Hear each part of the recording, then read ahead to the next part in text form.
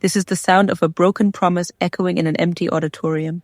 It's the sound of silence where cheers were supposed to be. It's the moment your world stops spinning and you realize the people who are supposed to be your foundation are the ones who deliberately pulled the earth out from under your feet. The pain wasn't just in their absence. It was in the cold, calculated cruelty of their choice. In that moment, I knew my life would never be the same again. My name is Caleb. It was the name my mother had given me, a name I'd carried through 22 years of striving for their approval, their respect, and above all, their love. But on that Thursday afternoon, as I stood alone in the bright, unforgiving light of the university stage, the name Caleb felt less like an identity and more like a scar. It was the mark of a boy who had tried too hard to be seen by people who had already decided he was invisible. This story, the story of how I severed every tie, of how I literally erased myself from their world, isn't about vengeance. It's about self-preservation. It's about finding the courage to walk away from the people who were slowly killing your spirit, even if they were the only family you had ever known. To understand the magnitude of what happened that day, you have to understand the decade that led up to it. My life, from the age of 12, had been a continuous, exhausting campaign to earn a basic level of acceptance from my parents, David and Clara, and my elder sister Olivia. They were, in the eyes of our small, affluent community, the perfect family. David, a successful attorney, was revered for his sharp mind and stern discipline. Clara, a philanthropic homemaker, was admired for her flawless charm and impeccable social graces. And Olivia? Olivia was their masterpiece. She was effortlessly beautiful, naturally talented, and had a charisma that drew people in like a magnet. She was the one who received the lavish birthday parties, the expensive European trips, the constant effusive praise. I, Caleb, was the quiet afterthought, the spare part. From an early age, I sensed the asymmetry. Olivia would bring home a B on a history test and be celebrated for her well-rounded nature. I would bring home an A and be told, "That's nice, Caleb, but that's what we expect." It wasn't overt abuse. It was a slow, insidious form of emotional neglect and favoritism that ate away at my self-worth. My father, in particular, viewed my passion for mathematics and computer science as fundamentally unmanly and useless.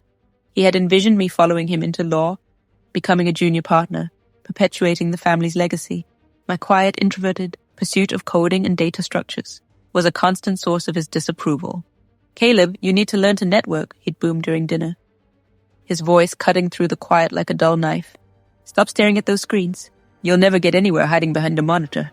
My mother, Clara, wasn't actively cruel, but her indifference was just as damaging. She was too busy managing the image of the perfect family to notice the actual struggling son sitting right in front of her. My presence was always a logistical detail to be managed, never a person to be cherished. The stakes of my college journey were astronomical because they were tied directly to my perceived value. I had, against my father's strong recommendations, applied to and been accepted at one of the country's most rigorous engineering schools, a choice that had led to months of icy silence in the house. The agreement, a cold transaction more than a parental promise, was simple. I had to maintain a GPA above 3.8, work 2 part-time jobs to cover my living expenses. They paid the tuition and housing only, and, most importantly, I was expected to graduate with honors and a job offer from a respectable firm. If I failed any of these, my father made it clear the funding would stop and I would be cut off entirely. For 4 years, I lived under a siege of constant pressure. My life was a relentless cycle of classes, coding late into the night and working weekends. I was fueled by a desperate, childish hope that if I achieved something undeniable, something truly impressive, they would finally look at me and say, "We are proud of you, Caleb." The smaller instances, the escalating problems, began long before graduation day. They were little paper cuts on my soul that over time bled me dry. There was the time I won a prestigious regional hackathon with my team. I called my father, bubbling with excitement, only for him to interrupt me mid-sentence to discuss Olivia's new vintage car purchase. "That's nice, Caleb," he'd said, his tone utterly flat. "But can you tell me if your sister's registration has arrived? I need to know before the insurance deadline." My victory, which represented hundreds of hours of grueling work, was a mere footnote to his main concern, Olivia's convenience. Then there was the constant forgetting of my milestones. When I was inducted into the university's honor society, I sent them a formal invitation and a detailed schedule. My mother called me the day of the ceremony to ask if I could pick up a specific brand of artisanal cheese for her dinner party on Saturday. When I reminded her gently that I had my induction that evening, she paused for a beat too long. "Oh, darling, I must have mixed up the dates. I'm sure it's just a formality anyway. Send me a picture if you remember. She hadn't forgotten. She simply hadn't prioritized it. This wasn't negligence. It was a deliberate hierarchy of care. The final 2 years of my degree were the hardest. I was working on a groundbreaking capstone project, an AI-driven data security protocol, while simultaneously managing 2 jobs to cover a sudden, unexpected spike in my rent. The stress was physically debilitating. I lost weight, my sleep was erratic, and I started having severe anxiety attacks. I called home once, truly needing a lifeline, a moment of compassion. I told my father I was struggling, that I was overwhelmed, and that I thought I might be headed for burnout. His response? A cold surgical dismissal. Caleb, stop being dramatic. Life is hard. If you can't handle the pressure of college, how do you expect to handle the real world? Pull yourself together and finish what you started. We are not paying for you to have a nervous breakdown. It was in that moment, even before the graduation, that I knew the deep, inescapable truth. Their support was conditional, their love was a reward, and I was consistently failing to meet the price tag. The graduation date had been etched into my calendar, and theirs, for nearly a year.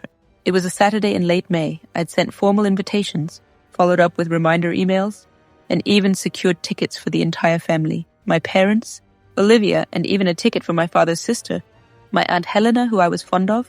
I had achieved everything they had demanded.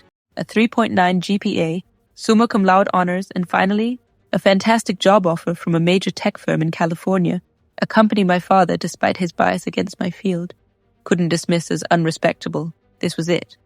The final trial, the moment they would have to acknowledge my worth. I envisioned it hundreds of times, the proud smile from my father, the teary hug from my mother, the grudging but real respect in Olivia's eyes. It was the only thing that had kept me going. 2 weeks before the ceremony, I called my mother to confirm their arrival time. She sounded distracted. Oh yes, the graduation. We're flying in Friday afternoon, Caleb, don't worry. We've booked the usual hotel. I felt a cautious sense of relief. They were coming. A week later, my father called. Son, listen. Olivia has a last-minute opportunity, an exclusive art gala in New York. A major client of mine is hosting it. She simply can't miss the networking opportunity. My heart plummeted. Dad, it's my graduation. This is 4 years of my life. Can't she skip one gala? I asked, my voice shaking. Caleb, be reasonable, he snapped. A graduation is an hour. This gala is a career-defining event for her. She'll send a card. It's just a ceremony. My monumental achievement, reduced to just a ceremony while her social calendar took precedence. Then came the final blow, 2 days before the event. I had called to confirm their flight details one last time. My mother answered, her voice chipper, too cheerful. Caleb, so sorry to miss your call earlier. Your father and I are actually already in the air. We're on our way to Cabo for a long weekend. The words hit me like a physical punch. I stumbled, leaning against the counter. Cabo, Mom, what are you talking about? My graduation is Saturday.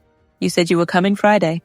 The pause on the other end was deafening, a vacuum where empathy should have been. Oh, honey, she finally said, her tone dripping with fake sweetness. Your father was completely exhausted. He deserved a break. The weather in Cabo is just divine right now. And really, you're getting your diploma in the mail anyway, aren't you? We assumed you'd understand.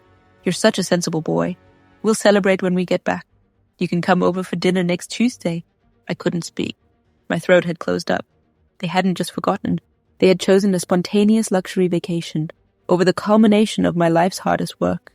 They hadn't made a mistake. They had made a statement. The assumption, we assumed you'd understand, was the most devastating part. It was their belief that my feelings, my achievement, and my moment was so insignificant that I would simply absorb their deliberate slight without complaint. They expected me to be the sensible, quiet, invisible Caleb who always ceded his space for their convenience. I hung up the phone without another word. I felt an incredible surge of heat, a strange, terrifying calm washing over me. I looked at the tailored suit hanging on my closet door, the one I had meticulously saved for and bought for this day. I looked at the printed-out ticket for them, which now felt like a piece of twisted, ironic evidence. My reaction wasn't immediate tears or screaming. It was a profound, chilling clarity. The boy they had neglected, the boy who had spent his life seeking their validation, was dead. In his place was a man who saw the truth. They didn't care, and they never would. Their absence was a gift, a painful severance that finally freed me. The realization was the turning point. All the years of trying, of sacrificing, of bending myself into the shape they wanted had been for nothing. I was utterly, beautifully, completely alone, and the only person left to save me was me. That night, I ripped the tickets to shreds and began to dismantle, the life I had built on the foundation of their approval. Graduation was still 24 hours away, but my new life had already begun. Part 2. The morning of my graduation was the quietest day of my life. The world was buzzing with excitement, cars full of beaming families, bouquets of flowers, and the nervous energy of thousands of students finally realizing their dreams. But for me, the silence was internal, a dense, heavy blanket woven from years of disappointment. I went through the motions with a clinical detachment. I put on the suit, straightened the borrowed tie, and practiced the empty smile I'd perfected for years. I knew I couldn't skip the ceremony. Not after all the work, not after all the sacrifice. But I also knew I wouldn't be walking across that stage as Caleb, the son who yearned for a family that didn't exist. Caleb was a ghost. The name represented a broken contract. The moment the academic procession began, a new resolve settled over me, hard and cold as ice. The auditorium was a kaleidoscope of joy, but all I could see were the 3 empty seats. I had reserved in the 4th row, the space that should have been filled by my parents and my sister. They were basking in the sun in Cabo, sipping margaritas, congratulating themselves on their deserved break, while I stood there, a symbol of their casual cruelty. When the dean called the summa cum laude graduates to the stage, my heart hammered not from pride, but from the realization that this was the decisive moment. My name was called Caleb David Montgomery. The announcer's voice boomed, full of fanfare. As I walked forward, every step was a conscious choice, a deliberate separation from the man I used to be. My diploma was handed to me. I shook the dean's hand. The photographers clicked. But the moment of triumph felt utterly hollow, a beautifully wrapped gift with nothing inside. I held the rolled-up diploma, this proof of impossible achievement, and understood that it meant nothing without the acknowledgement I craved. And it was in that second, looking out at the sea of faces, all strangers, all beaming for their own children, that the decision was made. It wasn't a slow contemplation. It was a flash of lightning, a total and immediate rejection of the life I was supposed to lead. I decided not just to leave them, but to erase the very identity they had assigned to me. I would never go back. I would change my name. The ceremony ended, and while everyone rushed to meet their families, I didn't linger. I walked straight out of the auditorium, the heavy velvet gown feeling like the shackles of my past. I returned to my cramped, overheated apartment, and the first thing I did was take the picture of my family, the one I had kept on my desk, for 4 years as a lonely reminder of what I was fighting for, and I shredded it. Then I didn't call them. I didn't send a text. I didn't leave a single note of bitter resentment. I knew a confrontation would only give them the opportunity to gaslight me, to twist the narrative, to dismiss my pain as overreaction. They would say, Caleb, we said we'd celebrate next week. Why are you being so dramatic? I denied them that power. I denied them the dignity of an explanation. Silence was my weapon, and absolute disappearance would be my victory. My new job was waiting for me in San Francisco, an environment that was geographically, professionally, and spiritually a million miles away from the stiff, formal world of my father's law practice. The tech company was young, dynamic, and focused entirely on the future. I had planned to take a month off, but I couldn't stay. The apartment, the town, the very air felt toxic, saturated with the history of my subordination. The Monday after graduation, I gave my landlord 2 weeks' notice, packed 2 suitcases, my laptop, my clothes, and my technical books, and booked a one-way flight for the end of the week. The most critical step, the one that cemented my departure, was the legal maneuver. Using the money from my signing bonus, I immediately hired an attorney in San Francisco. I wanted a clean slate. I wanted the name Caleb Montgomery eradicated. I chose a new name, one that represented the new person. I was determined to become Elias Vance, Elias, meaning my God is the Lord. It was a nod to the quiet resilience I had found. Vance, meaning dweller by the marsh, reflected the idea of emerging from the swamp of my family's emotional mess. It was a name I chose, not one that was bestowed upon me. The process was lengthy and complicated. Court petitions, background checks, and fees, but every signed document, every bureaucratic hurdle felt like a ritual purification. I told my attorney it was for professional reasons, needing an identity detached from my family's public legacy. He didn't pry. Within 3 months of moving to California, Elias Vance was my legal official identity. I even secured a new social security number, using a loophole for witnesses who needed a clean break. The Montgomery name was dead. The immediate consequences of my disappearance were swift and, based on the occasional frantic emails and voicemails I received, chaotic for them. They expected me to show up for the Tuesday night dinner I'd been promised.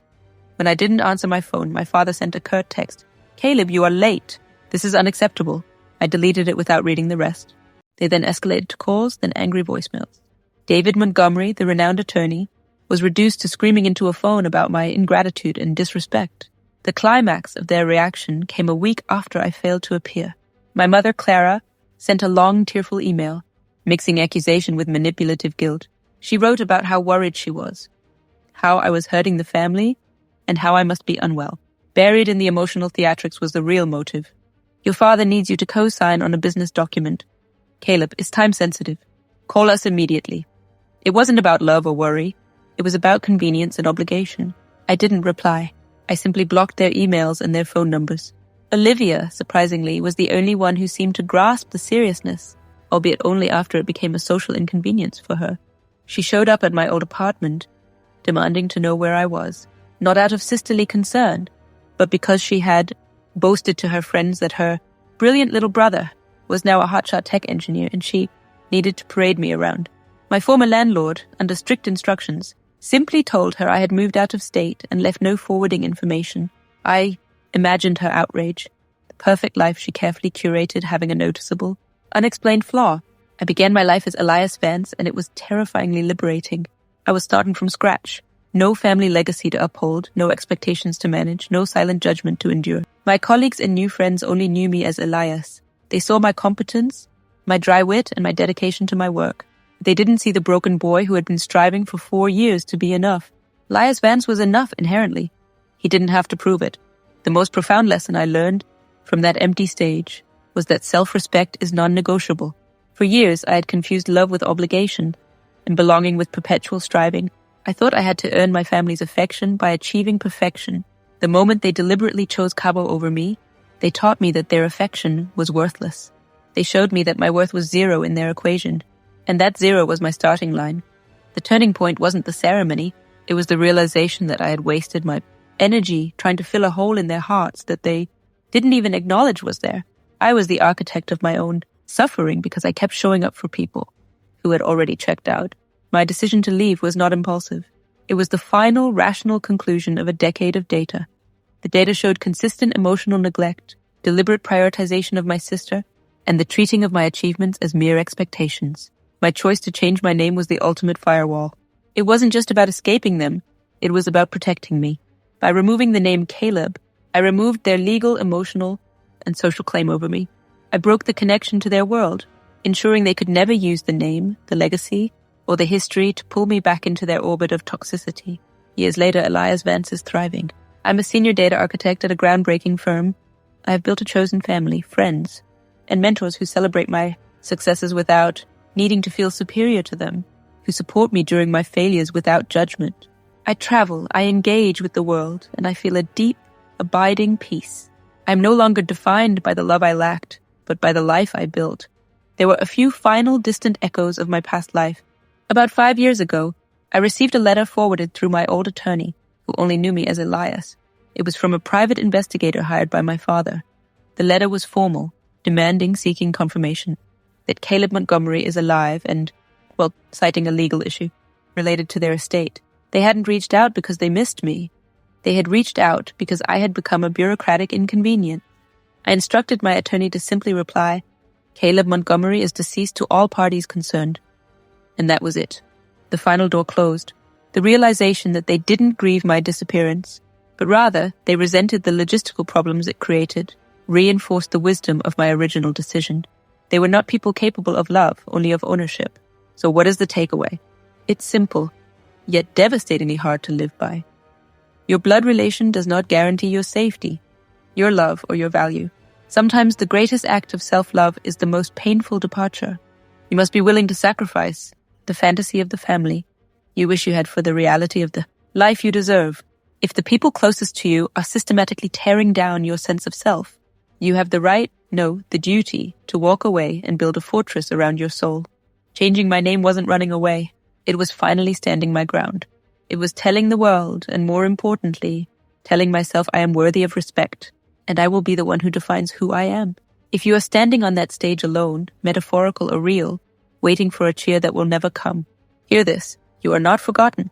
You are simply in the wrong audience. Turn around. Walk off that stage. Change your name if you have to. And never ever look back. Build your own audience, choose your own applause, and write your own story. Because the life you build for yourself, the one free from the weight of conditional love, will always be the greatest achievement of all.